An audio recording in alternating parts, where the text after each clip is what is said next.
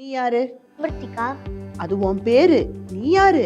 உங்க ஸ்டூடெண்ட். அது ஸ்கூல்ல. பாத்தியா, நீ யாருன்னு கேட்டாலே உன்னால சரியா பதில் சொல்ல முடியல.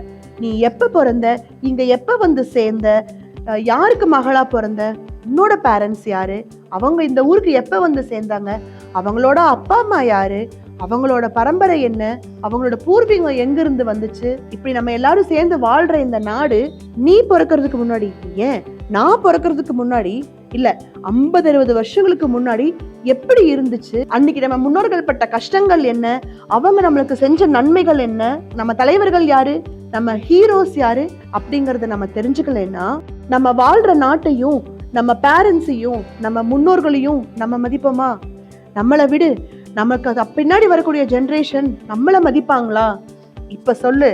இது எல்லாம் தெரிஞ்சுக்கணும்னா நம்ம ஹிஸ்டரி படிக்கிறது அவசியமா இல்லையா? ரொம்ப ரொம்ப அவசியம் தானே.